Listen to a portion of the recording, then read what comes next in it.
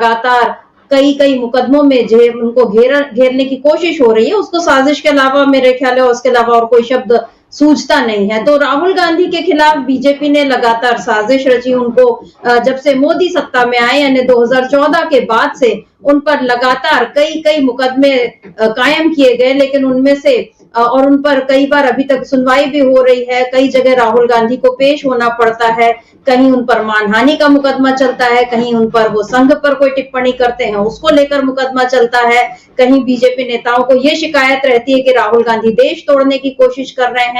तो राहुल गांधी को किसी भी तरह से रोकने की कोशिश बीजेपी कर रही है, और रोकने के लिए उसको अगर और कोई तरीका समझ में नहीं आता तो वो फिर उनके खिलाफ साजिश रचती हुई दिखाई दे रही है और उन पर नए नए मुकदमे कायम हो रहे हैं। और अभी राहुल गांधी पर फिर एक नया मुकदमा कायम किया गया, मतलब एफआईआर उनके ऊपर दर्ज हुई और वो भी दर्ज की गई आसाम में। और मामला था राहुल गांधी ने जो 15 जनवरी को जिस तरह से उन्होंने बीजेपी पर हमला बोला, संघ पर हमला बोला और ये कहा कि अब हमारी लड़ाई जो है वो सीधे सीधे बीजेपी और संघ इंडियन स्टेट से भी है, तो उस इंडियन स्टेट शब्द को पकड़कर अब राहुल गांधी के खिलाफ तमाम आरोप तो लगाए ही गए, उन पर अब एफआईआर भी दर्ज हो गई है। जेपी नड्डा ने अलग हमला बोला, उन्होंने ये कहा कि राहुल गांधी ने कांग्रेस की जो घिनौनी सोच है उसको और देश तोड़ने वाली सोच उसको जाहिर किया। तो राहुल गांधी पर लगातार, क्योंकि हम देख रहे हैं 2004 जब से राहुल गांधी ने सक्रिय राजनीति में कदम रखा, जिस तरह से वो लगातार जीतते आए, और अमेठी जब पिछले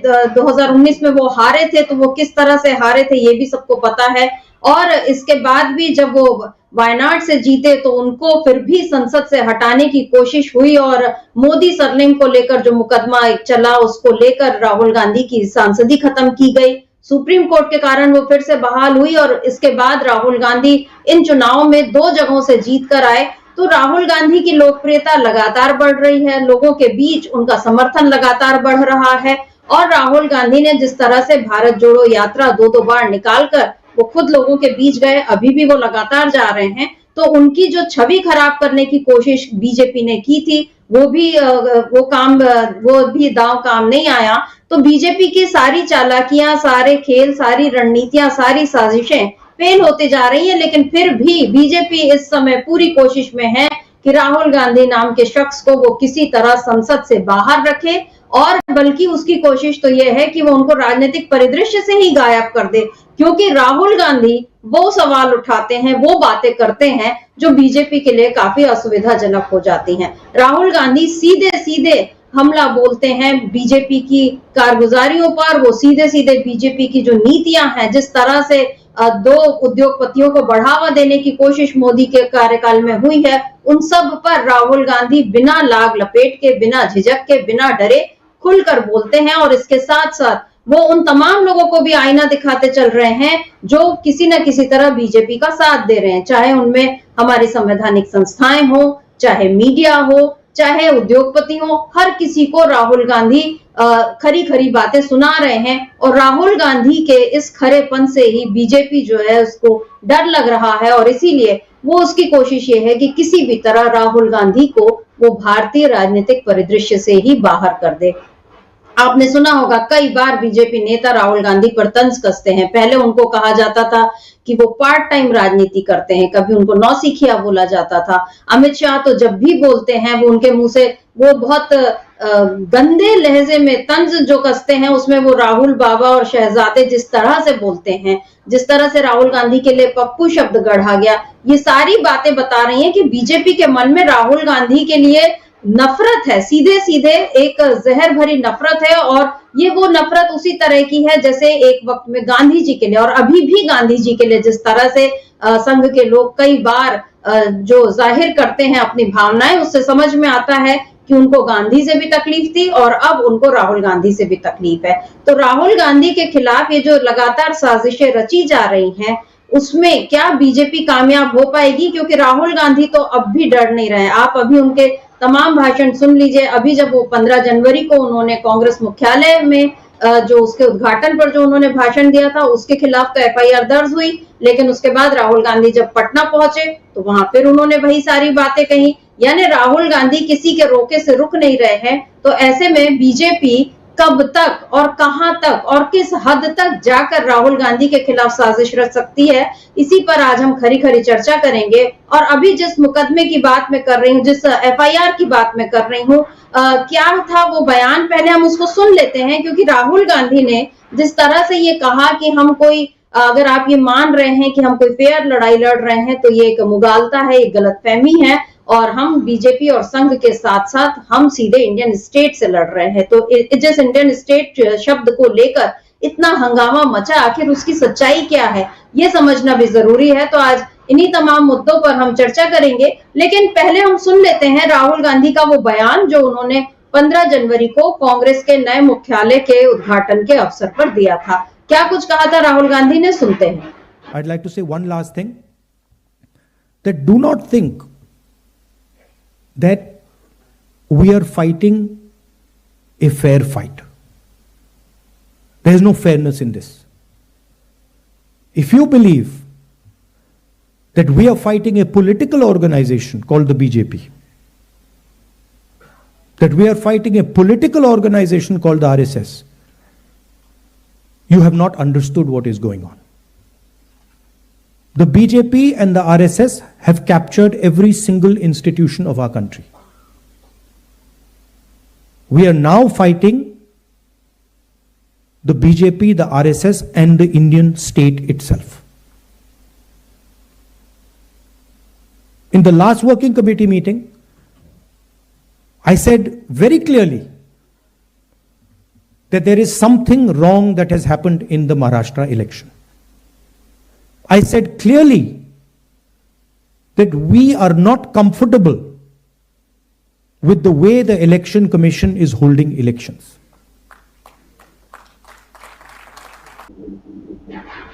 तो राहुल गांधी ने यहाँ पर सीधे सीधे अपने जो कांग्रेस कार्यकर्ता, कांग्रेस नेता, उनको ये बता दिया कि अगर आप ये सोच रहे हैं कि हम केवल बीजेपी के साथ लड़ रहे हैं या हम संघ के साथ लड़ रहे हैं, तो ऐसा नहीं है। ये कोई एक जायज या जिसमें कि खुलकर पारदर्शिता के साथ की जाने वाली या ईमानदारी के साथ की जाने वाली लड़ाई नहीं है। इसमें बहुत सारी चालाकियां छुपी हुई हैं, और ये चालाकियां बीजेपी किस तरह से कर रही है, इसका भी खुलासा राहुल गांधी ने किया। उन्होंने बताया कि जैसे चुनाव आयोग को टूल बनाकर बीजेपी ने जीत दर्ज की, जिस तरह से वो ईडी और सीबीआई का इस्तेमाल करती है, जिस तरह से पूरे मीडिया को कैप्चर किया गया है, ये सारी बातें राहुल गांधी पहले भी बोलते रहे हैं, अभी भी उन्होंने यही सारी बातें कही, और इसके लिए उन्होंने एक शब्द का इस्तेमाल किया, इंडियन स्टेट। इंडियन स्टेट यानी भारतीय राज्य, जिसमें कि जो सरकार के तहत जो सारी संस्थाएं काम कर रही हैं, उन सब से राहुल गांधी का मतलब था। उन्होंने कहीं ये नहीं कहा कि हम भारतीय गणतंत्र के खिलाफ, इंडियन नेशन के खिलाफ, इंडियन रिपब्लिक के खिलाफ लड़ाई लड़ रहे हैं। अगर राहुल गांधी ऐसा कहते तो उन पर तुरंत देशद्रोह का मुकदमा दर्ज हो गया होता, लेकिन राहुल गांधी ने ऐसा नहीं कहा, क्योंकि वो ऐसा सोचते भी नहीं है। उन्होंने जो सोचा, जो समझा, उसी को उन्होंने जाहिर किया, और बीजेपी इसी बात से तिलमिलाई हुई है, क्योंकि राहुल गांधी ने सीधे सीधे उस जगह पर वार किया है जो बीजेपी के लिए सब, उसका जो मर्म है, जो वो जानती है कि वो क्या गलत कर रही है, और उसी गलती की तरफ राहुल गांधी ने सीधे उंगली रख दी। तो बीजेपी अब तिलमिलाई हुई सी है, और राहुल गांधी के इस बयान पर, दिल्ली में दिया गया बयान, और मुकदमा मतलब एफआईआर दर्ज हुई सीधे असम में, और वहां पर मंजीत चेतिया नाम के एक अधिवक्ता हैं, उन्होंने राहुल गांधी के खिलाफ पुलिस स्टेशन में जाकर एफआईआर दर्ज कराई। वो बड़े आहत महसूस कर रहे हैं, उन्हें तकलीफ हो गई है कि राहुल गांधी ने इंडियन स्टेट के खिलाफ लड़ाई लड़ने की बात कैसे कही।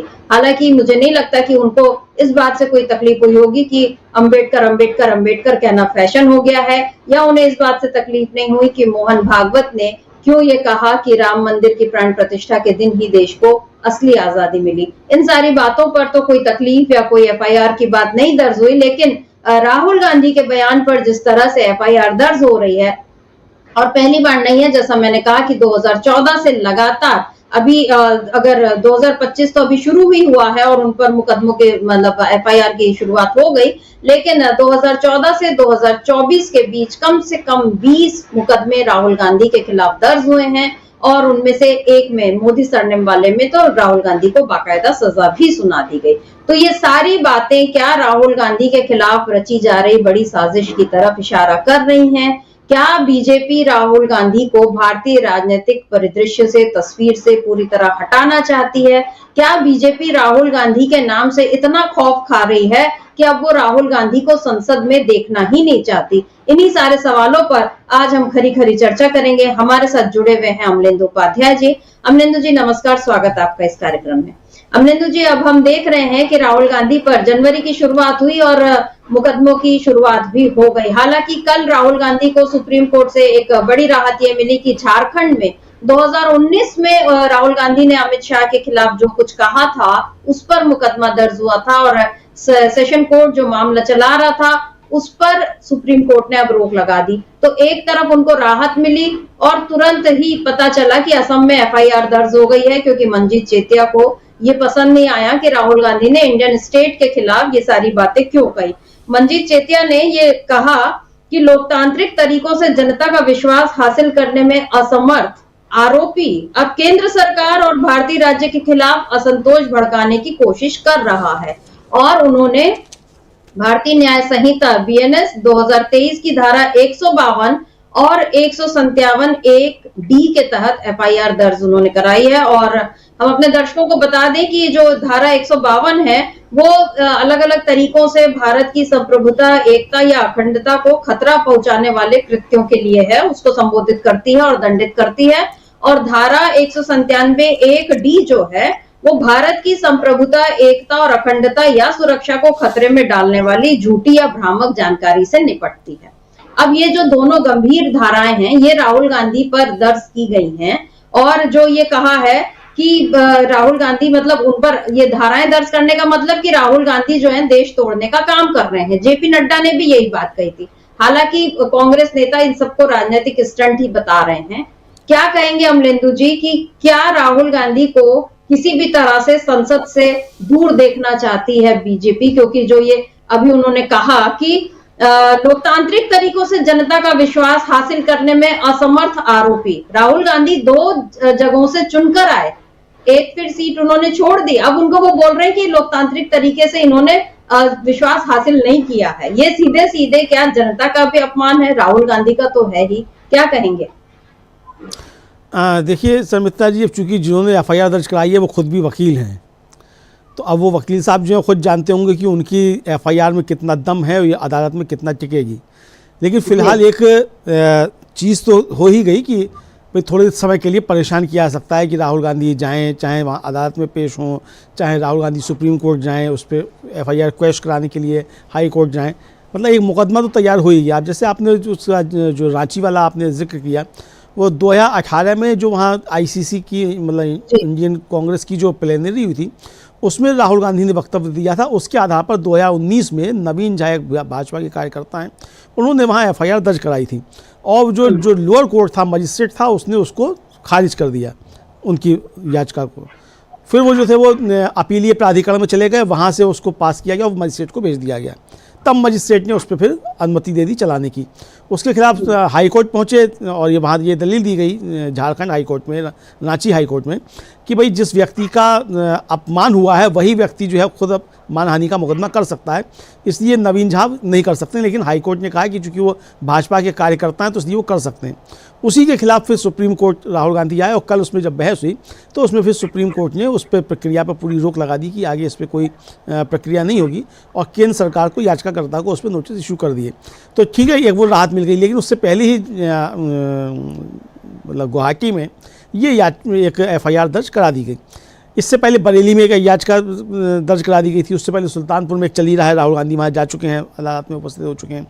तो ये एक तरीके से मुकदमों में इस तरीके से घेर दो। पुणे में चल रहा है एक मुकदमा कि देश भर में जगह जगह मतलब मुकदमों में घेर दो ताकि राहुल गांधी अदालतों के ही चक्कर लगाते हैं और देश की बात राहुल गांधी कर ही नहीं पाएँ और मोदी जी प्यार से देश को बेचते रहें। तो ये उसी एक षड्यंत्र का हिस्सा मालूम पड़ता है इस तरीके की एफआईआर जो होती हैं। अब गुवाहाटी के किन्हीं वकील साहब को दिक्कत हो गई या किन्हीं को बरेली में दिक्कत हो गई या किसी को पुणे में दिक्कत हो गई, किसी को कहीं दिक्कत हो गई। अरे भाई, जहाँ जिसने वक्तव्य दिया तो वहाँ मुकदमा दायर करना है।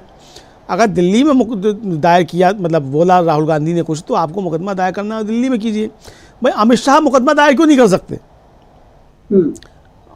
यही सवाल आया कि भाई अमित शाह का अगर अपमान हुआ, वहाँ राहुल गांधी ने कुछ कहा उनके विषय में, तो अगर अमित शाह का अपमान हुआ तो मुकदमा जो है वो मानहानि का वो अमित शाह ने खुद दायर क्यों नहीं किया कि नहीं नवीन झा साहब को ही दिक्कत क्यों हो जाती है अमित शाह का अपमान? अरे जिसका अपमान हुआ उसको चिंता नहीं है, मान सम्मान क्या फालतू परेशान हुए जा रहे हैं। तो इंडियन स्टेट को कोई परेशानी नहीं है, लेकिन वकील साहब परेशान हो गए गुवाहाटी में कि इंडियन स्टेट के खिलाफ लड़ रहे हैं। तो इंडियन स्टेट के खिलाफ अगर राहुल गांधी ने वक्तव्य दिया, उन्होंने साफ तौर पे कहा है कि हमने महाराष्ट्र का चुनाव जो है वो वहाँ चीज़ें ठीक नहीं हुई, हमने कहा कि बहुत कुछ गड़बड़ियाँ हैं, चुनाव आयोग फेयर नहीं है और चुनाव आयोग ने गड़बड़ियाँ की हैं। तो भाई चुनाव आयोग जाए या इंडियन स्टेट जाए फिर राहुल गांधी के खिलाफ, वकील साहब को क्या? तो ये एक तरीके से व्यक्तिगत मुकदमा उन्होंने एफआईआर दर्ज कराई है। हालांकि इस पर जो भूपेंद्र बोरा वहाँ के अध्यक्ष हैं कांग्रेस, असम कांग्रेस के, उनका वक्तव्य आया, उन्होंने कहा कि हमने 3 शिकायतें हेमंता विश्व शर्मा के खिलाफ की कि वो जो है वो सांप्रदायिक सद्भाव बिगाड़ रहे हैं, लेकिन अभी तक उसमें किसी में एफआईआर दर्ज नहीं हुई और कोई कार्रवाई नहीं हुई। राहुल गांधी के खिलाफ कोई पहुंचा तो तुरंत एफआईआर दर्ज कर ली गई। बहरहाल अब ये पुलिस के ऊपर दबाव होते हैं कि वो सरकार जिसकी होती है उसके कहने पर काम करेगी, ये ठीक है। लेकिन फिलहाल जो ये सब साजिशें रची जा रही हैं समिता जी, जैसा आपने शुरू में कहा कि साजिशें इसीलिए हैं कि ताकि राहुल गांधी को किसी तरीके से संसद से दूर रखा जा सके, और नरेंद्र मोदी जो संसद में नहीं जा पा रहे हैं राहुल गांधी की वजह से, वो नरेंद्र मोदी संसद में जा पाएँ। चूँकि राहुल गांधी ने कहा था कि मैं संसद में हूँ तो नरेंद्र मोदी मेरे सामने आकर नहीं बोलेंगे। तो राहुल गांधी तो रोज़ संसद जाते हैं, मोदी जी ये देख कर जाते हैं कि राहुल गांधी कब संसद में हो कब संसद में नहीं है। बीच में एक बार 10 मिनट के लिए पहुँचे थे, तब पहुँचे थे जब राहुल गांधी संसद में नहीं थे। तो ये एक तरीके से साफ तौर पे दिखाया जा सकता है कि इसीलिए नरेंद्र मोदी की दिक्कतें बढ़ रही हैं, क्योंकि एनडीए में सब कुछ ठीक ठाक नहीं चल रहा है, वहाँ टूटन बढ़ती जा रही है। तो लगता ये है कि जो एनडीए के अंदर चीज़ें हो रही हैं उसको किस तरीके से निपटाया जाए, लोगों का ध्यान नहीं जाए कि एनडीए टूट रहा है, तो राहुल गांधी पे इस तरीके के हमले करके राहुल गांधी को परेशान किया जाए, ताकि लोगों का ध्यान जो है राहुल गांधी की तरफ जाए कि उन पर कितने मुकदमे हो गए, कहाँ क्या क्या चल रहा है, सरकार किस तरीके से अंतर विरोधों से चल रही है और कब गिर जाएगी ये पता नहीं है, इस पर किसी का ध्यान ना जाने पाए, इसके तहत ही सब हो रहा है, ऐसा लगता है। जी, अपनी कमजोरियां छुपाने के लिए मोदी सरकार या बीजेपी जो है ये पूरी कोशिश कर रही है कि किसी भी तरह राहुल गांधी पर उनका ध्यान, लोगों का ध्यान लगा रहे। लेकिन अमलेंदु जी, यहाँ भी क्या ये जो खेल है ये बीजेपी पर उल्टा पड़ रहा है? क्योंकि आपने जैसा कहा कि पूरे देश भर में अलग अलग, कहीं पुणे में, सुल्तानपुर में, इधर आसाम में, अलग अलग जगहों पर राहुल गांधी पर मुकदमे दर्ज होते रहेंगे और राहुल गांधी को इधर से उधर अदालतों का चक्कर या उनको उसी में उलझना पड़ेगा। पर आपको याद होगा जब सुल्तानपुर अभी राहुल गांधी जब गए थे तो वहां उन्होंने मोची से मुलाकात कर ली। कहीं वो जाते हैं वहां पर तो वो लोगों से मिलना नहीं छोड़ते, लोग उनको देखने आते हैं, उनको सुनने आते हैं। और राहुल गांधी का इस तरह से बार बार, क्योंकि आप खुद बीजेपी जो है उनको चर्चा में बनाए रखी है राहुल गांधी का। अब वो जो जैसा अभी हम लोगों ने भी सुना है कि इंडियन स्टेट को लेकर उन्होंने क्या कुछ कहा। अब अगर आप मुकदमा दर्ज करेंगे, चर्चा में राहुल गांधी रहेंगे, तो फिर लोग सुनेंगे कि हाँ भाई आखिर वो क्या बोल रहे हैं। आपको याद होगा अभी जब संसद में ये जो धक्का मुक्की कांड था उस पर भी राहुल गांधी पर कितने, उन पर वो तब भी उन पर एफआईआर दर्ज हो गई थी, तो तब भी प्रियंका गांधी ने और बाकी तमाम लोगों ने ये बोला कि राहुल गांधी ऐसा कर ही नहीं सकते कि वो किसी को धक्का दे। और ये जो अब वो कहाँ है प्रताप सारंगी और तमाम उन लोगों की बाकी सब वो बातें भूल गए, वो आईसीयू से निकलकर अब एकदम वो स्वस्थ हैं, वो स्वस्थ बने रहे। लेकिन किस तरह से राहुल गांधी को उस समय भी टारगेट किया गया। तो ये एक के बाद एक लगातार इन लोग, बीजेपी जो है ये कोशिश कर रही है, लेकिन उसमें राहुल गांधी का जो असली राहुल गांधी जो है, क्या वो लोगों को और नजर नहीं आ जाते? और जैसा अभी मैंने कहा कि जैसे वो सुल्तानपुर गए तो वहां मोची से मिले, अब मान लीजिए उनको जाना पड़ेगा असम, तो वहां भी वो मिलेंगे और हो सकता है फिर वो मणिपुर भी चले जाए। तो राहुल गांधी को तो एक तरह से बीजेपी क्या और मौका नहीं दे रही है कि वो और लोगों के बीच जाए, लोगों की बातें करें। और वैसे भी राहुल गांधी लोगों की बात करते हैं, इसी बात से तो बीजेपी शायद डरी हुई है। क्या कहेंगे अमरिंदर जी? बिल्कुल सर मित्रा जी, मुझे लगता है कि बीजेपी से ज़्यादा राहुल गांधी का मित्र कोई है ही नहीं, क्योंकि वो जैसा आपने भी कहा कि भाई आपने इतनी एफआईआर जगह जगह दर्ज करा दी है, राहुल गांधी वहाँ बार बार जाएंगे। अब गुवाहाटी जाएंगे तो जाहिर सी बात है कि अगर गुवाहाटी राहुल गांधी जाएंगे तो वहाँ लोगों से मिलेंगे तो दिक्कत किसके लिए पैदा होगी? हेमंता विश्व शर्मा के लिए, बीजेपी के लिए। तो ये जो नादान दुश्मन जो हैं राहुल गांधी के, ये समझ ही नहीं पा रहे हैं कि ये नुकसान राहुल गांधी का नहीं, ये नुकसान बीजेपी का कर रहे हैं। और जब चर्चा होगी कि राहुल गांधी ने क्या कहा था, तो चर्चा ये भी होगी कि उन्होंने मोहन भागवत के लिए क्या कहा था, कि मोहन भागवत ने देशद्रोह किया। मोहन भागवत अगर किसी दूसरे देश में होते तो उन पर देशद्रोह का मुकदमा होता, गिरफ्तार हो जाते, जेल में होते। ये भी कहा राहुल गांधी ने कि उन्होंने हमारी आज़ादी पर सवाल उठाए। तो यानी अगर किसी संदर्भ की आप बात करेंगे तो वो संदर्भ पूरा आएगा। जब अदालत में चलेगी, बहस चलेगी, तो कहा जाएगा राहुल गांधी ने क्या कहा, तो सीडी पूरी पहुंचेगी। कि ये कहा राहुल गांधी ने, तो सुनाया जाएगा, वो सुनाया जाएगा तो देश सुनेगा कि राहुल गांधी ने क्या कहा था। यानी राहुल गांधी जो एक कार्यक्रम में बोल चुके, उस बात को अब बार बार लोग सुनेंगे। हम भी सुना रहे हैं शर्मिता जी, अब इस पर चर्चा कर रहे हैं, क्यों कर रहे हैं, वरना बात उस दिन आई थी, खत्म हुई थी, उस दिन चर्चा हुई हमारे 2 कार्यक्रमों में कि राहुल गांधी ने आज ये कहा और बहुत सीधा हमला किया, उसके बाद चर्चा खत्म हो गई। लेकिन अब दोबारा हम उस पर चर्चा कर रहे हैं, कल भी हमने इस पर कार्यक्रम में चर्चा की, आज भी हम इस पर चर्चा कर रहे हैं, तो क्यों कर रहे हैं कि इसलिए कि राहुल गांधी पर FIR दर्ज करा दी गई।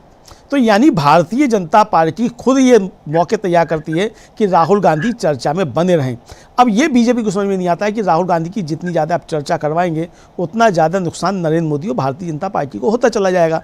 तो अब ये तो बीजेपी को सोचना है कि उसकी रणनीति क्या है, वो राहुल गांधी से किस हद तक जाकर लड़ना चाहती है। जैसा आपने शुरू में कहा था कि राहुल गांधी पे नज़र बीजेपी की शुरू से है, जब वो राजनीति में आए उसी समय से, और उनको लगता था कि ये गांधी जो है ये वास्तव में कुछ नया करके दिखाएगा और इस गांधी में ताकत कुछ ज़्यादा है। तो अब ताकत कुछ ज़्यादा है तो जाहिर सी बात है कि जब दबाव पड़ता है तो जो प्रति दबाव होता है उसका प्रत्युत्तर वो भी तेज होता है। तो राहुल गांधी का दबाव भाजपा को ज़्यादा मालूम पड़ता है, तो उसके खिलाफ जो है दबाव जो नीचे से डालने की कोशिश होती हैं तो वो और ज़्यादा तेज होती हैं। तो भारतीय जनता पार्टी अपनी पूरी ताकत जो राहुल गांधी पर लगा देती है।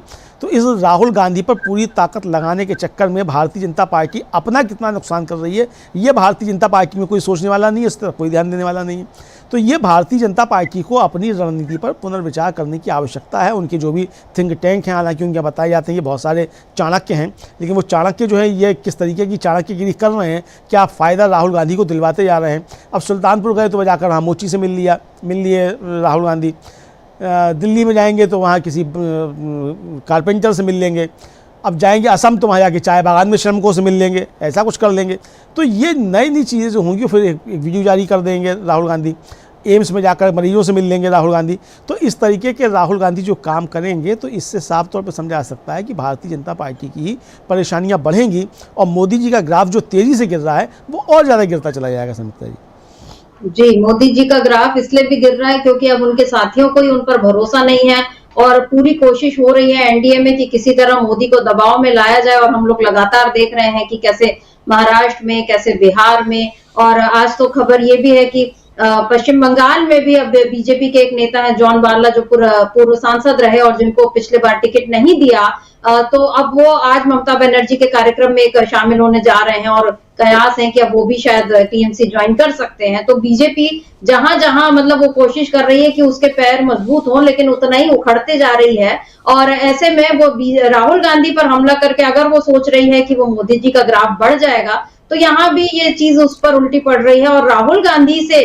बीजेपी की ये जो अदावत है वो शायद इस वजह से ज्यादा हो रही है क्योंकि राहुल गांधी लोगों की बात करना, और उसमें जो हाशिए पर पड़े लोग हैं, जो गरीब हैं, जो जरूरतमंद लोग हैं, जिनकी तरफ बीजेपी का ध्यान नहीं जा रहा है, राहुल गांधी उन लोगों की ही बात को पूरे देश के सामने ला रहे हैं। और भले वो अपने यूट्यूब के माध्यम से लाए, ट्वीट के माध्यम से लाए, किसी भी तरह से, लेकिन राहुल गांधी उन लोगों को चर्चा में ला रहे हैं जिन पर कायदे से चर्चा होनी चाहिए, लेकिन संसद में नहीं होती। और मोदी सरकार के एजेंडे में भी वो लोग तभी आते हैं जब चुनाव होते हैं। तो राहुल गांधी लगातार लोगों की बात कर रहे हैं। अभी उनका एक और ट्वीट आया है जिसमें उन्होंने मेहनतकश लोगों पर बात की है। व्हाइट टी शर्ट मूवमेंट तो उन्होंने छेड़ ही दिया है, लेकिन एक जो ट्वीट किया है, क्या है वो ट्वीट, उसको देखते हैं, क्योंकि उसमें फिर राहुल गांधी बता रहे हैं कि कैसे हक मारकर कुछ लोगों की जेबें भरी जा रही हैं। क्या कुछ लिखते हैं राहुल गांधी, देख लेते हैं। राहुल गांधी ने लिखा है कि मोदी जी के विकसित भारत की सच्चाई, मेहनत आपकी, मुनाफा किसका। आप सभी के खून पसीने से देश की अर्थव्यवस्था का पहिया घूम रहा है, लेकिन क्या आपको इसमें उचित हिस्सा मिल रहा है? जरा सोचिए। मैन्युफैक्चरिंग सेक्टर की अर्थव्यवस्था में हिस्सेदारी 60 साल के सबसे निचले स्तर तक चली गई। इस वजह से लोगों को रोजगार के लिए संघर्ष करना पड़ रहा है। कृषि क्षेत्र में गलत नीतियों ने किसान और खेत मजदूर की स्थिति बदहाल की है। वे मुश्किल से अपना गुजारा कर पा रहे हैं। पिछले 5 वर्षों में श्रमिकों की वास्तविक आमदनी या तो स्थिर है या कम हुई है। हानिकारक जीएसटी और इनकम टैक्स की मार ने गरीब और मिडिल क्लास का जीना हराम कर रखा है, जबकि कॉर्पोरेट का कर्जा माफ किया जा रहा है। आसमान छूती महंगाई के कारण अब न सिर्फ गरीब बल्कि सैलरीड क्लास भी अपनी जरूरतों के लिए लोन लेने को मजबूर है। वास्तविक विकास वो है जहां सबकी उन्नति हो, बिजनेस के लिए निष्पक्ष माहौल मिले, उचित टैक्स सिस्टम हो और श्रमिकों की आमदनी बढ़े। इससे ही देश समृद्ध और मजबूत बनेगा।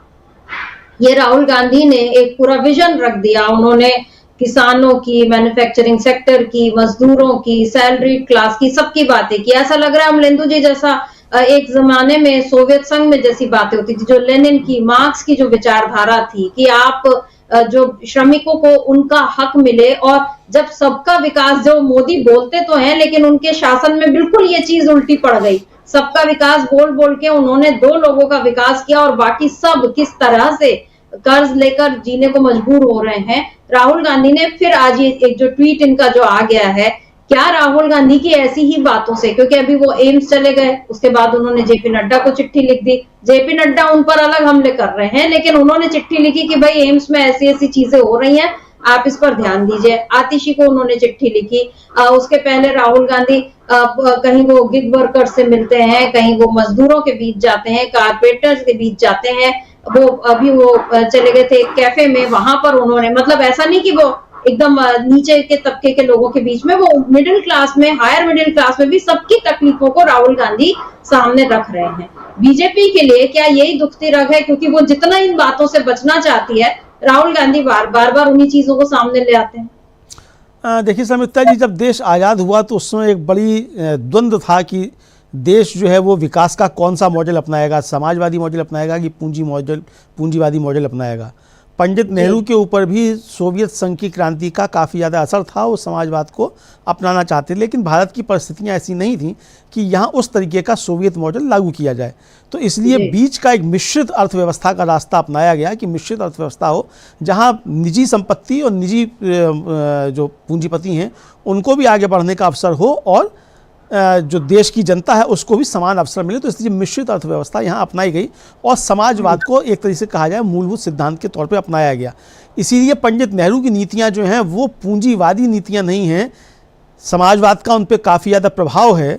और इसीलिए जो था वो देश जो बड़े बड़े बांध बनाए गए, बड़े बड़े PSUs बनाए गए, जो देश जो था सुई नहीं बनाता था वो यहाँ हवाई जहाज़ बनाने लगा, और अब तो जाने क्या क्या बना रहा है, सब कुछ चीज़ें आई। तो वो पंडित नेहरू की उसी एक सोच का नतीजा था। राहुल गांधी भी जो कांग्रेस को जिस तरफ ले आना चाहते हैं वो आर्थिक दृष्टिकोण से पंडित नेहरू की नीतियों पर ही आगे ले आना चाहते हैं, और वो उनकी जो विचार आते हैं उनमें साफ तौर पर झलक दिखाई पड़ता है कि ये पंडित नेहरू के समाजवाद से प्रेरित बातें राहुल गांधी कर रहे हैं। तो वो उसको उसी तरफ ले आना चाहते हैं। हालांकि डॉक्टर मनमोहन सिंह के साथ उनके बहुत अच्छे संबंध रहे, और अभी जब डॉक्टर मनमोहन सिंह की अंत्येष्टि हुई तो उसमें राहुल गांधी का बहुत भाव विह्वल जो था वो उनका विजुअल भी काफ़ी ज़्यादा वायरल हुआ। लेकिन डॉक्टर मनमोहन सिंह ने एक तरीके से जो पंडित नेहरू की आर्थिक नीतियों को शीर्षासन करा दिया था, तो अब राहुल गांधी अब उस रास्ते पर लेकर जाना चाहते हैं जो कांग्रेस की मूल विचारधारा थी। और जब कांग्रेस पंडित नेहरू की आर्थिक नीतियों से दूर होती गई तभी कांग्रेस का शरण भी होता चला गया।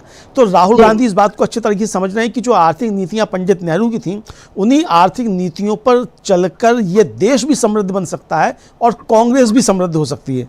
तो ये राहुल गांधी समझ रहे हैं। और भारतीय जनता पार्टी की परेशानियां यही हैं, उसको मनमोहन सिंह इसलिए पसंद आते थे, मतलब एक तरीके से कहा जाए कि हालांकि सबसे ज़्यादा हमले नेहरू के बाद अगर भारतीय जनता पार्टी ने किसी पर किए तो डॉक्टर मनमोहन सिंह पे किए, खासतौर पर प्रधानमंत्री नरेंद्र मोदी ने। और उसके पीछे भी डर ये था कि पंडित नेहरू की आर्थिक नीतियों को अगर डॉक्टर मनमोहन सिंह ने शीर्षासन करा दिया, लेकिन उसके बाद जो उन्होंने पूंजीवादी नीतियां अपनाई वो भी क्रोनी कैपिटलिज्म नहीं था।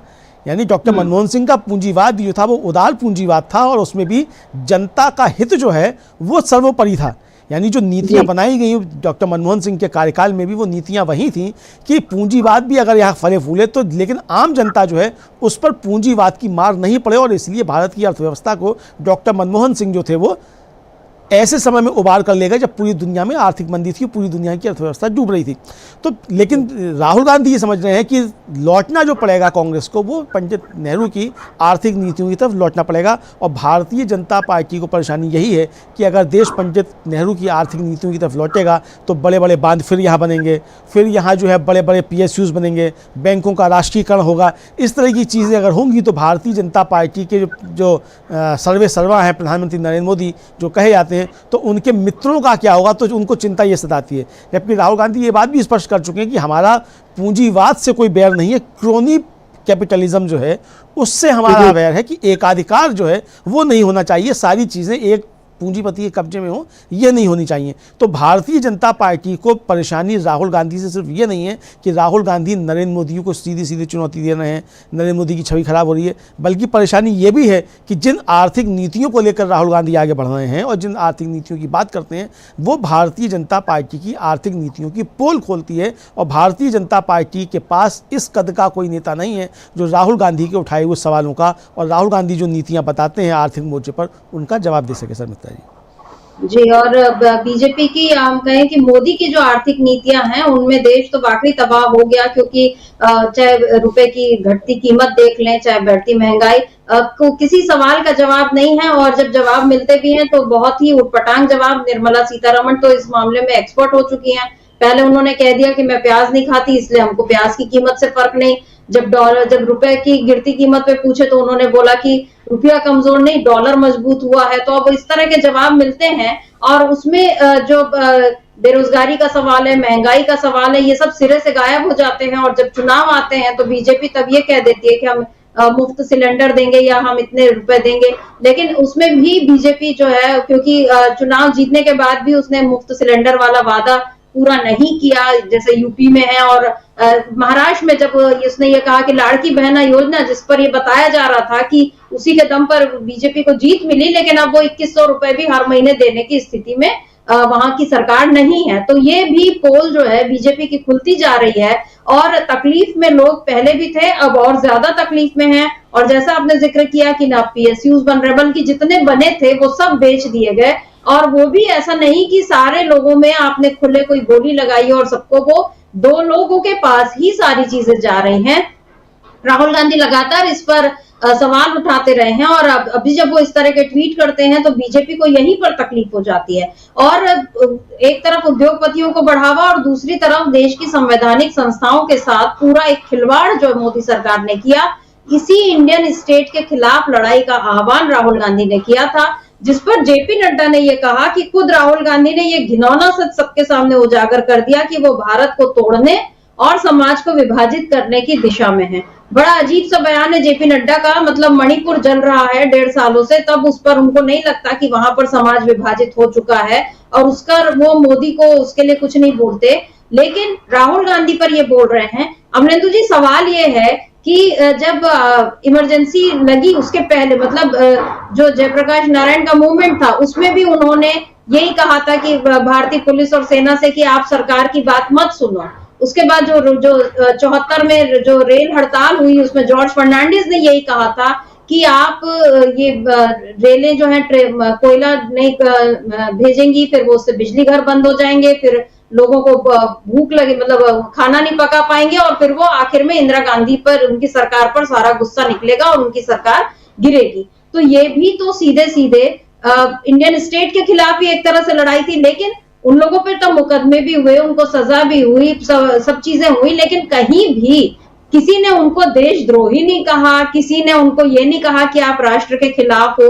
तमाम राजनीतिक मतभेद होते थे उस समय भी, लेकिन एक स्टैंडर्ड जो था वो बना हुआ था, भारतीय राजनीति का एक स्तर बना हुआ था। मोदी सरकार ने उस स्तर को, लोकतांत्रिक राजनीति में नैतिकता के तकाजे के सारे स्तर को गिरा दिया। बिल्कुल समिता जी, और हमें कोई आशा करनी भी नहीं चाहिए कि भारतीय जनता पार्टी जो कोई नैतिकता का स्तर बनाकर रखेगी और राजनीतिक सुष्ठता बनाकर रखेगी। आप देखिए ये जेपी नड्डा साहब ही हैं जो संसद में जो बैठ कर ऐसे हू करके चिल्लाते हैं और वो वीडियो वायरल होता है। तो यानी जो लोकसभा राज्यसभा में अब नेता हैं सदन के और केंद्रीय मंत्री भी हैं, भाजपा के अध्यक्ष भी हैं, वो खुद बैठकर हू करके शोर मचा रहे हैं।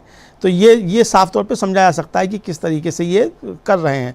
तो ये अब जो जेपी नड्डा साहब का लिखना लिखाना है वो अपनी जगह ठीक है, क्या करना कराना है मंडल साहब इनका जेपी नड्डा का। लेकिन जेपी नड्डा साहब इस पर क्यों नहीं कुछ बोल रहे हैं कि राहुल गांधी ने कहा कि मोहन भागवत अगर किसी दूसरे देश में होते तो जेल में होते, और उन्होंने जो कहा कि 22 जनवरी 2024 को देश को आज़ादी मिली। जेपी नड्डा को इस पर अपने विचार व्यक्त करने चाहिए कि मोहन भागवत सही कह रहे हैं कि गलत कह रहे हैं। अगर मोहन भागवत सही कह रहे हैं तो खुलकर भारतीय जनता पार्टी क्यों नहीं खड़ी होती मोहन भागवत के साथ में, और अगर गलत कह रहे हैं तो खुल के खड़ी हो भारतीय जनता पार्टी मोहन भागवत के खिलाफ, गिरफ्तार करें मोहन भागवत को। तो इस पर आप खामोश हैं। मोहन भागवत के बयान पर कुछ बोल ही नहीं पा रहे हैं, जेपी नड्डा से लेकर नरेंद्र मोदी तक, अमित शाह तक, सबके मुंह में जो है वो दही जम गया है। तो ये उनको जवाब देना चाहिए कि राहुल गांधी जो मोहन भागवत को लेकर कहा था, मोहन भागवत पे क्या विचार है। और आज जो कांग्रेस का बेलगावी में अधिवेशन हो रहा है, जो रैली हो रही है, उसमें यही बातें उठाई जा रही है, जय बापू जय संविधान जय भीम जो उनका कार्यक्रम है, उसके तहत यही कि किस तरीके से अमित शाह ने बाबा साहब डॉक्टर भीमराव अंबेडकर का अपमान किया और किस तरीके से भारतीय जनता पार्टी संविधान का चीरहरण कर रही है, ये कांग्रेस लेकर उसको वहाँ से आगे बढ़ रही है। तो जाहिर सी बात है समिता जी, भारतीय जनता पार्टी की परेशानियाँ यही हैं कि राहुल गांधी न सिर्फ प्रधानमंत्री नरेंद्र मोदी की नीतियों का चीरफाड़ करते हैं, बल्कि भारतीय जनता पार्टी की जो नीतियाँ हैं उनको भी देश के सामने रखते हैं। ये सरकार किस तरीके से जन विरोधी नीतियाँ अपना रही हैं वो जनता के सामने रखते हैं, और भारतीय जनता पार्टी क्या क्या गलत काम कर रही है ये भी सामने रखते हैं। तो जाहिर सी बात है कि भारतीय जनता पार्टी को परेशानी होना स्वाभाविक है। तो इसीलिए जगह जगह इस तरीके के मुकदमे कायम कराए जाते हैं। हालांकि राहुल गांधी चूँकि बड़े नेता हैं, एलओपी भी हैं और उस परिवार से आते हैं जिसके परिवार में 3 प्रधानमंत्री हुए, तो इन मुकदमों से उन्हें कोई डर भी नहीं लगता। वो बार बार कह भी चुके हैं कि मैं इन मुकदमों से डरने वाला नहीं हूँ, आप 20 नहीं 100 मुकदमे कर दीजिए, मैं डरने वाला नहीं हूँ। तो राहुल गांधी डरने वाले नहीं हैं, लेकिन सवाल ये है कि भारतीय जनता पार्टी ये क्यों नहीं समझ पा रही कि राहुल गांधी डरने वाले नहीं हैं, और डरने वाले होते तो आपने बहुत सारे ऐसे काम कर लिए पहले जिनसे आप डरा सकते थे, लेकिन राहुल गांधी नहीं डरे। तो अब तो नरेंद्र मोदी जो हैं वो 240 सांसदों वाले प्रधानमंत्री हैं, अब वो 4 जून 2024 से पहले वाले नरेंद्र मोदी भी नहीं हैं। तो अब राहुल गांधी क्यों डरेंगे, ये समझ क्यों नहीं आ रहा भारतीय जनता पार्टी को, इस पर आश्चर्य होता है। जी, डरने की बारी शायद अब मोदी की और बीजेपी की है, और वो डरपोक हैं भी, इसीलिए तो इस तरह की उनके काम भी होते हैं। अगर उनमें साहस होता तो वो खुलकर सामने आते और जो बातें राहुल गांधी ने रखी हैं उन पर बहस करने की वो हिम्मत दिखाते, लेकिन ऐसा कुछ नहीं है। वो पिछले दरवाजे से बार बार जाकर राहुल गांधी पर प्रहार करने की कोशिश हो रही है। और आपने सही कहा कि मोहन भागवत पर जेपी नड्डा ने कुछ नहीं कहा, अंबेडकर पर जो अमित शाह ने कहा उस पर उन्होंने, अमित शाह ने न माफी मांगी, न बीजेपी ने, न जेपी नड्डा ने, किसी ने कुछ इस पर भी न कोई खेद जताया है, न उस पर कोई बयान दिया है। तो और लेकिन कांग्रेस अभी आज जो ये बेलगावी अधिवेशन है, और अभी कांग्रेस ने एक ट्वीट भी किया है जिसमें उसने बताया है कि नेहरू जी ने किस तरह अंबेडकर जी को कानून मंत्री बनाया और कैसे संविधान उनको बनाने का जो सारा जिम्मा किस तरह से सौंपा गया। एक बार वो ट्वीट देख लेते हैं, क्योंकि कांग्रेस ने उसमें बता दिया है कि किस तरह संविधान की रक्षा कांग्रेस ही कर सकती है। क्या है ट्वीट, देख लेते हैं। मेरा ख्याल है ट्वीट अभी शायद आया नहीं है, तो खैर इस पर हम और आगे भी बाद में चर्चा करेंगे। लेकिन फिलहाल अभी जो राहुल गांधी पर जिस तरह से हमले हो रहे हैं और जो साजिशें रची जा रही हैं, लेकिन बीजेपी उनमें ऐसा लग नहीं रहा कि कामयाब होगी। आपने सही कहा कि मोदी वैसे ही संसद में नहीं आते हैं, और अब वो तभी आते हैं जब राहुल गांधी नहीं रहते। लेकिन राहुल गांधी को संसद से हटाने की, भारतीय राजनीतिक परिदृश्य से हटाने की बीजेपी की जितनी भी कोशिशें हैं वो सब नाकामयाब होती नजर आ रही हैं। राहुल गांधी कांग्रेस के अध्यक्ष भी रह लिए, उपाध्यक्ष भी रह लिए, उन्होंने उन पदों को छोड़ भी दिया, और उसके बाद वो बिल्कुल आम आदमियों के बीच में जाकर उनके दर्द समझ रहे हैं और उनकी बातों को मुखर कर रहे हैं। ये देखिए, ये शायद ट्वीट भी आ चुका है, देख लेते हैं एक बार इस ट्वीट को, उसके बाद इस चर्चा को हम समाप्ति की ओर ले जाते हैं। क्या है ये ट्वीट, एक बार पूरे फुल स्क्रीन पर मेरा ख्याल है इसको दिखा दिया जाए तो बेहतर होगा। 15 अगस्त 1947 को पंडित जवाहरलाल नेहरू ने डॉक्टर भीमराव अंबेडकर से भारत के पहले कानून मंत्री का पद स्वीकार करने का आग्रह किया। 2 हफ्ते बाद ही उन्हें संविधान की ड्राफ्टिंग कमेटी का चेयरमैन मनोनीत किया गया। बाबा साहेब ने महिलाओं के लिए आर्थिक और सामाजिक अधिकारों की वकालत की। SC, ST और OBC वर्ग के आरक्षण के लिए विधानसभा का समर्थन हासिल किया। उनके अथक प्रयास से ही हिंदुस्तान के पिछड़े वर्गों के लिए सामाजिक और आर्थिक असमानताओं और अवसरों की कमी को खत्म किया गया। बाबा साहेब यानी सामाजिक न्याय की गारंटी, संविधान यानी अधिकारों की गारंटी, कांग्रेस यानी संविधान की रक्षा की गारंटी। अमरिंदर जी, ये जो अब 27 तारीख को फिर जा रहे हैं राहुल गांधी, महू जाएंगे जहां अंबेडकर की जो जन्म स्थली है, और वहां पर जय बापू जय भीम जय संविधान रैली में हिस्सा लेंगे। अभी आज वो तबीयत खराब न होने की वजह से बेलगावी नहीं जा पाए। यहाँ पर ये जो ट्वीट है, राहुल गांधी ने जो उनकी पिछली जो यात्रा थी, भारत जोड़ो न्याय यात्रा, सामाजिक न्याय और बाकी तमाम आर्थिक न्याय, और उन्होंने 5 तरह की न्याय की बात की थी, और अब सामाजिक न्याय को लेकर, अंबेडकर को लेकर, कांग्रेस और अंबेडकर, नेहरू और अंबेडकर के रिश्तों को लेकर ये जो ट्वीट है, क्या ये बीजेपी के लिए एक बड़ा मैसेज है? बिल्कुल समिता जी, ये बीजेपी के लिए बड़ा मैसेज है। और जैसा कि हम लोगों ने शुरुआत में चर्चा की थी कि कांग्रेस का जो आज ये जय बापू जय भीम जय संविधान जो कार्यक्रम शुरू हुआ है, ये भारतीय जनता पार्टी किस तरीके से संविधान का चीरहरण कर रही है और किस तरीके से अमित शाह ने बाबा साहब डॉक्टर भीमराव अंबेडकर का अपमान किया और भारतीय जनता पार्टी अमित शाह के साथ मजबूती से खड़ी हुई है, इसके खिलाफ जो है वो एक आंदोलन का यहाँ से शक्ल लेगा। और चुनाव आयोग की जो गड़बड़ियाँ हैं उनके खिलाफ भी एक आंदोलन का शक्ल यहाँ से लेगा और यहाँ से तैयार होगा। और जो 27 को जा रहे हैं राहुल गांधी, महू जा रहे हैं, जो बाबा साहब डॉक्टर भीमराव अंबेडकर की जन्मस्थली है, वहाँ से जो अपनी वो शुरुआत करेंगे, तो ये भी एक नया आंदोलन इस देश के अंदर खड़ा होगा। यानी कि ये कहा जा सकता है समिता जी कि भारतीय जनता पार्टी को वैचारिक तौर पे भी चुनौती मिलती रहेगी, सड़क पर भी चुनौती मिलती रहेगी। इस बात की गारंटी कांग्रेस ने और राहुल गांधी ने दे दी है। अब ये मोदी जी इस गारंटी को स्वीकार कर पाते हैं, बीजेपी स्वीकार कर पाती है कि नहीं कर पाती है, ये आने वाला समय बताएगा। जी बिल्कुल, बीजेपी इस समय डरी हुई है। उसको अब डर ये लग रहा है कि 2 राज्यों की में जीत तो हो गई, लेकिन उस जीत पर सवाल उठ रहे हैं। अब दिल्ली और बिहार का चुनाव, इनमें उसका क्या हाल होगा, और अगर वो संवैधानिक संस्थाओं के जरिए, जैसा कि आरोप लग रहे हैं, उसके जरिए अगर कोई खेल करके फिर सत्ता हासिल करने की कोशिश करती है, तो भी उसका जो नकाब है उतर जाएगा। और राहुल गांधी लगातार इस बीजेपी के नकाब को उतारने में ही लगे हुए हैं। और कांग्रेस ने भी आज एक खुला आह्वान कर ही लिया है कि अब आप आइए, सड़क पर आप लड़िए और संसद में भी हम आपसे 2-2 हाथ करेंगे। तो कुल मिलाकर कांग्रेस लगातार बीजेपी को चुनौती दे रही है, और वो चुनौती देने के पीछे एक बड़ी ताकत जो है वो राहुल गांधी का कि जो राजनीतिक सोच अभी जिस तरह से, जिस सोच के साथ वो कांग्रेस को लीड कर रहे हैं, अघोषित तौर पर ही सही, क्योंकि खड़गे जी का मार्ग मतलब अध्यक्ष हैं और वो लगातार वो भी न्याय की ही बात करते हैं, लेकिन ऊर्जा जो है, जोश जो है वो राहुल गांधी के जरिए जो है वो सामने आ रहा है। और कांग्रेस में लोग अब इस बात को स्वीकार कर रहे हैं और जनता तक भी ये मैसेज जा रहा है। तो कुल मिलाकर इस समय देश में राजनीतिक माहौल काफी बदल रहा है। लोग राहुल गांधी की बातों को सुन और समझ रहे हैं, और संविधान पर भी अब जितनी चर्चा हो रही है, बीजेपी ने चाहे जितनी बातें कर ली, अब उसमें फायदा ये हो रहा है कि लोग अब संविधान की प्रस्तावना को भी पढ़ रहे हैं, अंबेडकर जी के भी बारे में पढ़ रहे हैं, और सारी चर्चाएं जो हो रही हैं वो कुल मिलाकर बीजेपी की ही असलियत को उजागर कर रही हैं। तो बुराई में भी अगर हम अच्छाई ढूंढ न सकते हैं, तो फिर ये उसको यही अच्छा पक्ष इसका माना जाना चाहिए कि राहुल गांधी पर चाहे जितने हमले करें, चाहे संविधान पर जितने हमले करें, लेकिन इस बहाने जनता को सच्चाई भी समझ में आ रही है। तो जब जनता सच समझेगी तो मोदी का डर और कितना बढ़ेगा, ये अब देखना होगा। तो अमलेंदु जी, आज इस चर्चा को हम यहीं रोकते हैं। आपका बहुत बहुत शुक्रिया, और शुक्रिया आप तमाम दर्शकों का जो आप हमारे साथ जुड़े और आपने इस चर्चा को ध्यान से सुना। आगे भी आप बने रहिए डीबी लाइव के साथ और देखते रहिए डीबी लाइव। नमस्कार।